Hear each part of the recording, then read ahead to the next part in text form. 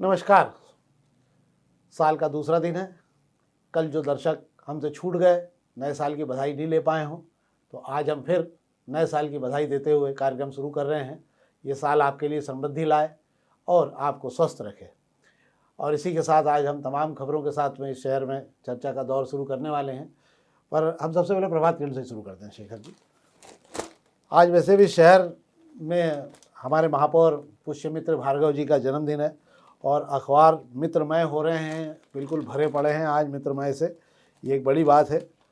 पर इसमें हम अगर खबरों की बात यहाँ से शुरू करते हैं, आपको ये जानकर सोचना भी पड़ेगा और आश्चर्य भी होगा कि जब पूरे देश में कोई किसी की नहीं सुन रहा हो और लोग अपने मन की बात कर रहे हों, केवल अपने मन की बात कर रहे हो, किसी की नहीं सुन रहे हों, और ऐसे में इंदौर शहर में राहत की बात हो जाए तो ये बहुत बड़ी बात होती है।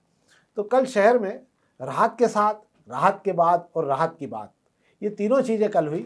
और इस एक मुशायरे का आयोजन किया राहत साहब को याद करते हुए। राहत साहब इंदौर देश के माने हुए, अंतर्राष्ट्रीय स्तर के माने हुए शायर थे और मुझे आज भी उनकी लाइनें याद आती कि बता निजाम क्या है, आ गया हूँ मैं। बहुत सारी बातें उनके साथ मैंने देखी है, मैंने बहुत करीब से भी देखा है उनको। और शेखर जी, क्या रहा कार्यक्रम? कल बड़ी भीड़ भाड़ थी और बड़ा अच्छा कार्यक्रम हुआ। क्या रहा? बड़ा अच्छा कार्यक्रम हुआ। कल राहत साहब के 75वें जन्मदिन पर यह प्रोग्राम किया गया था और कार्यक्रम पिछले साल भी किया गया था। 2 साल से ये कार्यक्रम हो रहा है, मुझे देखने में भी आ रहा है। और सुनाने वाले भी बेहतरीन शायर आए थे और उन्होंने जो राहत साहब से जुड़े किस्से सुनाए और उनकी जो बातें सुनाई बड़ी अच्छी लगी तल्लीनता से। और पूरा हाल खचाखच भरा था, लोगों को जगह नहीं मिली तो वो ज़मीन पर बैठ के भी लोगों ने सुना। पर राहत साहब को लेकर जिस तरीके से दीवानगी देखने को मिली शहर में, वाकई काबिल तारीफ है। और हो भी क्यों ना, पिछले दिनों दिलजीत दोसांझ इंदौर आए थे, तब भी उन्होंने राहत साहब से ही शुरुआत की थी। तो मेरा ऐसा लगा मुझे कल के यार कोई अच्छा कार्यक्रम हुआ इस तरीके के माहौल में। और जिस तरीके का जश्न मनाया जा रहा था 1 तारीख का, उसके बजाय 2 तारीख का बड़ा सुकून वाला बड़ा अच्छा कार्यक्रम हुआ है कल। हाँ, ये मुझे लगता है इसके आयोजक शायद हिदायतुल्लाह खान। इसके एक कमेटी है, अच्छा। राहत साहब को से जुड़े उनको याद करने वाले लोगों की कमेटी, उस कमेटी ने आयोजन किया था और दूसरी बार किया था शहर में। अच्छा। नहीं, निश्चित रूप से बहुत अच्छा आयोजन था। मैं तो आयोजकों को बधाई देता हूँ कि उन्होंने बड़े दिनों बाद प्यासे इस आयोजन के लिए प्यासे बैठे तमाम दर्शकों को और श्रोताओं को जो है उन्होंने कल तृप्त कर दिया। बधाई के पात्र हैं वो। और दूसरी खबरों में, हाँ, एक शेखर जी खबर प्रभात खंड में ये और भी अच्छी है कि ये नगर निगम में और AICTSL में और उसमें कोई विवाद चल रहा है ये होर्डिंग को लेकर। तो ये यूनिपोल का मूल मालिक कौन है? क्या सीन क्या हो रहा है ये? वैसे कुल मिला के अगर कहा जाए तो इस शहर में जितने भी होर्डिंग लग रहे हैं, जितनी भी संपत्तियां हैं, सबका मालिक नगर निगम है। नगर निगम सरहद में बोर्ड लगेंगे तो मालिक नगर निगम होगा, सबका मालिक है। हाँ। पर चूंकि दिक्कत यह है कि स्मार्ट सिटी अपने आप को नगर निगम से अलग मानता है, जबकि फंडिंग नगर निगम से लेता है। नगर निगम का सहयोगी संस्थान है। AICTSL भी अपने को अलग मानता है। और इन दोनों एजेंसियों की तरफ से जो ठेके दिए गए हैं, जो मंजूरियां दी गई है, उससे BRTS ले लो, सुविधा घर के ऊपर के बोर्ड ले लो, ये जो मंजूरी दी गई इसके बदले में नगर निगम को कुछ नहीं दे रहे हैं, ठेंगा दिखा रहे हैं। नगर निगम कमिश्नर का कहना है कि गाइडलाइन कहती है आउटडोर मीडिया पॉलिसी की 4% के हिसाब से सालाना कलेक्टर गाइडलाइन का नगर निगम को टैक्स देना होगा, जिसे मनोरंजन कर कहेंगे। इस कर के लिए नगर निगम परेशान हो रहा है और AICTSL और स्मार्ट सिटी में बैठे हुए अफसर नगर निगम कुछ समझ ही नहीं रहे हैं। अब कमिश्नर ने कह दिया है कि इन्हें जो हम पैसा देते हैं, जो आर्थिक मदद करते हैं, उसे रोक दो। अच्छा, तभी हिसाब होगा। हाँ, तो एक अच्छा फरमान जारी किया है और काफी दिनों से 2017 में आया हुआ नियम पर अब लगता है कि कहीं ना कहीं पैसा नगर निगम को मिलने की आस नजर आ रही है। हाँ, मतलब अपन इसको ऐसा भी मान सकते हैं जो नगर निगम के बच्चे थे वो नगर निगम के बाप बन गए। यस ताकि वो जो है पैसे देने से उनके भाव बढ़ गए। बिल्कुल सही इसलिए हो सकता है। एक और खबर, हम पत्रिका की बात कर लेते हैं। पत्रिका में भी आज मित्रमय है अखबार। हाँ, पत्रिका में एक खबर, यार ये भी एक बड़ा मामला, हालांकि सभी अखबारों में खबर है, इस पर बात कर लेते हैं कि रेत मंडी के पास में जो सुबह सुबह आज जो है नगर निगम का भारी लवाजमा पहुंचा बुलडोजर वगैरह लेके, और यहाँ करीब 12 के लगभग मकान, ढाबे और 50 से लगभग गुमटियाँ जो है साफ़ कर दी गई, जो वहाँ पे अवैध बनी हुई थी, शायद कुछ ऐसा मामला था। पर ये इन गुमटियों के बारे में बाकी तो शेखर जी आपको बताएंगे, पर मैं आपको ये बता दूँ कि बड़ी तादाद में छात्र जो हैं, स्कूली कॉलेज वगैरह के छात्र जो है, यहाँ बड़े सस्ते दाल बाफले मिला करते, दाल बाटी वगैरह, उसको खाने यहाँ जाया करते थे और यहाँ पे छात्रों की ही जो है भागीदारी ज़्यादा रहती थी। क्या रहेगा उनकी दाल बाटी से? बिल्कुल आप सही कह रहे हैं। ये दाल बाटी का गढ़ रहा है इंदौर में। दाल बाटी की बात करें, दाल बाफले की बात करें तो राजेंद्र नगर रेती मंडी चौराहा के रेलवे क्रॉसिंग के दोनों ओर इसके ढाबे बने हुए थे। और पर दिक्कत ये है कि ये जो ढाबे थे ये आइडिया की ज़मीन पर बने थे। मामला कोर्ट तक चला, बड़ी अदालत ने फैसला आइडिया के फेवर में दिया, जिस पर नगर निगम ने कार्रवाई की हैगी। पर इसमें बड़ी अच्छी बात यह है भाई साहब कि 2024 के आखिरी दिन ये कार्रवाई होनी थी, पर चूंकि पुलिस बल नहीं मिला इसलिए कार्रवाई को रोक दिया गया, क्योंकि ये वही जगह है इसके पास में पिछले दिनों बाड़े पर कार्रवाई के दौरान नगर निगम कर्मचारियों की सुताई हो गई थी। इसलिए इस बार बड़ा फूंक कर कदम उठाया गया और भारी पुलिस बल के साथ में आज सुबह जो रिमोल की कार्रवाई की गई है। नहीं, नगर निगम कर्मचारियों को भी लगाओगे नए साल में ही खाता खुल गया धुलाई का, तो कब तक उन्होंने कहा दिन बाद रखो तो पूरे साल जूते खाते रहेंगे ना। इसलिए मेरे को ऐसा लगता है कि नगर निगम ने इस काम से हाथ खींच लिया। अच्छा, इसमें एक खबर और भी निकल कर आ रही है कि 2 ढाबों को छोड़ दिया गया है राजनीतिक रसूख के चलते हुए। उसके लिए रिमोल कार्रवाई करने पहुंची टीम को बड़े नेताओं के फोन आ गए थे। उसके बाद महज उनके वहाँ छोटा सा पंजा लगाकर दिखा दिया गया, कार्रवाई हुई और छोड़ दिया गया है, जिस पर सवाल हो रहे हैं। ओह, जैसे महान व्यक्तित्व के लोग कौन थे, इनकी कोई सूची जारी नहीं करी क्या? इनकी सूची जारी इसलिए नहीं की कि अफसर बोलने को तैयार नहीं है, पर कार्रवाई रुकवा दी है उन्होंने। चलिए, ये भी अच्छी बात है कि चलिए अच्छा बात है, जहाँ पे भी काम हो जाए, जितना हो जाए उतना ही। नगर निगम कौन मार खाने का काम करेगा, ठीक है, चलता रहता है। तो इसमें अग्निमाड़ में भी आज जो है अग्निमाड़ भी पूरा मित्रमय हो रहा है। कुछ खबरें मैं ऐसी बोल के बता देता हूँ आपको। साल के पहले दिन ठंड ज़्यादा पड़ी, 3 डिग्री तापमान नीचे आ गया। इंदौर से चलने वाली सभी स्पेशल ट्रेनें रद्द हो गई हैं और इसके अलावा इंडियन एयर इंडिया जो है नई फ्लाइट चालू करने वाला है।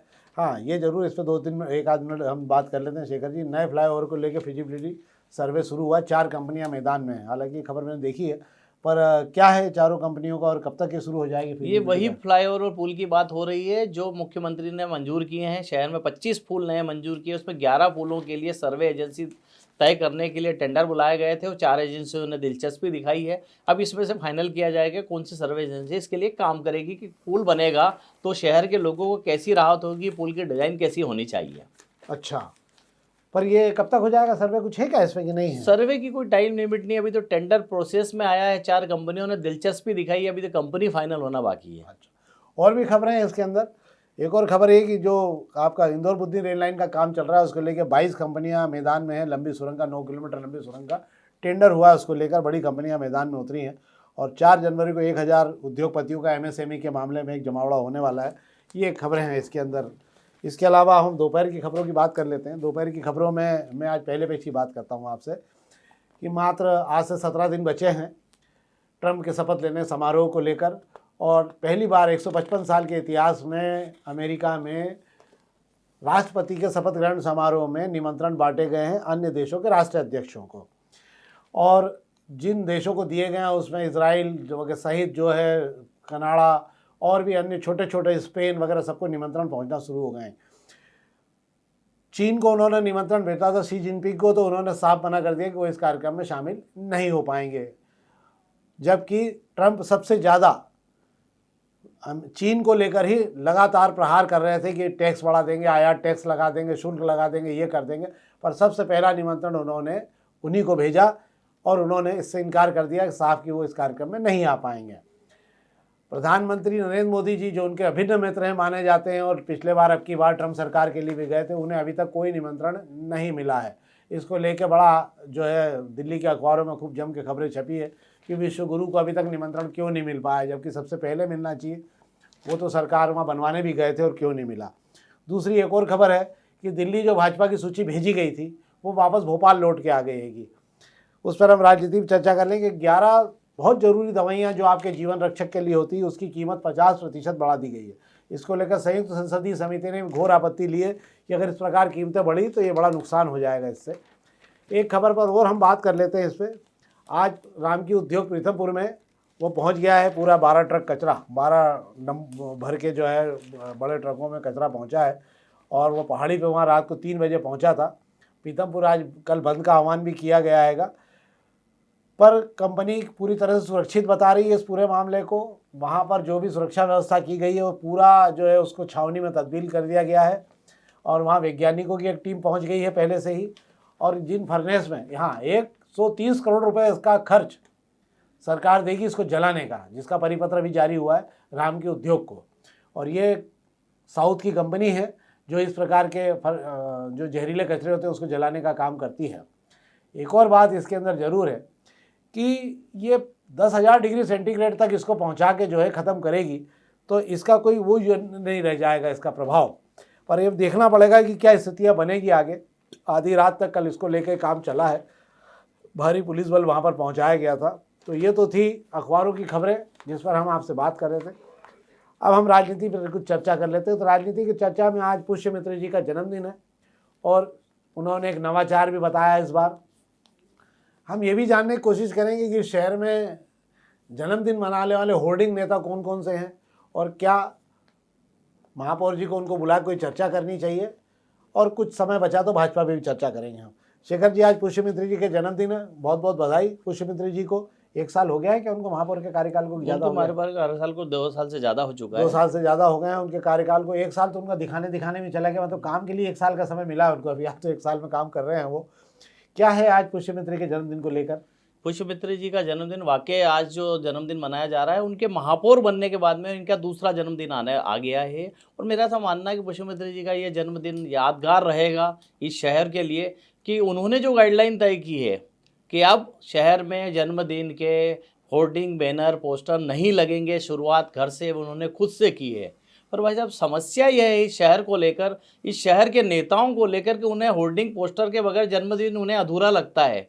और वो भी 1 दिन 2 दिन नहीं चाहिए उन्हें, उनका अवतरण दिवस पहले हफ्ते भर चाहिए था, अब तो 15-15 दिन चाहिएगा। हम बात करते हैं यहाँ विधानसभा से बात करें तो 1 नंबर में कैलाश विजयवर्गीय कभी भी होर्डिंग प्रिय नहीं रहे, उन्होंने कभी उनकी दिलचस्पी नहीं रही। पर बात करें आकाश की तो आकाश पूरा शहर भर देते हैं। फिर बात करें रमेश जी की, रमेश बेंदोला भी होर्डिंग का मामले में इतने नहीं है दिलचस्पी, पर उनके समर्थक हैं जो मानते नहीं हैं। पर उनके लिए, रमेश जी के लिए एक और बात भी रहती है कि कहीं का भी कोई भी हो तो उनका होर्डिंग फोटो तो लगा ही देता है वो। मतलब कोई भी कार्यक्रम हो तो रमेश जी का फोटो तो लग ही जाता है कि बिना रमेश जी के फोटो का मुहूर्त ही नहीं निकलता है लोगों का, इसलिए भी होर्डिंग अधूरा लगता है वो। हाँ। गोलू शुक्ला जी के लिए मैं क्या कहूँ, इस शहर के लोग देख चुके हैं। गोलू शुक्ला जी ही नहीं, उनके दोनों सुपुत्र भी होर्डिंग प्रिय हैं। उन्हें जब तक पूरा शहर को होर्डिंग से नहीं पाड़ दे उनका मन नहीं भरता हैगा। इस मामले में 4 नंबर विधानसभा वालों के एकलव्य सिंह गौड़, मालिनी गौड़ कहने की मैं तारीफ करूंगा। वे कभी होर्डिंग नहीं लगाते हैं, ना कभी जन्मदिन का प्रचार प्रसार करते हैं। नहीं, पर 3 नंबर में अपन गोलू शुक्ला की बात भी कर लें कि गोलू शुक्ला को शायद ऐसा लगता है उनके परिवार को कि हमारी वो अपनी सत्ता की ताकत भी दिखाना चाहते हैं। कुछ लोग परिवार में कि हम इस शहर के सर्वे सर्वा हैं, हम इस शहर के नए स्वयंभू बन जाएंगे। तो उस चक्कर में क्या होता है कि वो ये नहीं देखते कि लोगों को क्या अच्छा लग रहा है, क्या बुरा लग रहा है। उनको लगता है कि हमें इससे कोई मतलब नहीं, शहर गंदा होता है तो होता रहे, पर हमारा जो है हमारा वजूद दिखना चाहिए शहर में कि हम इस शहर के नए शहंशाह हैं।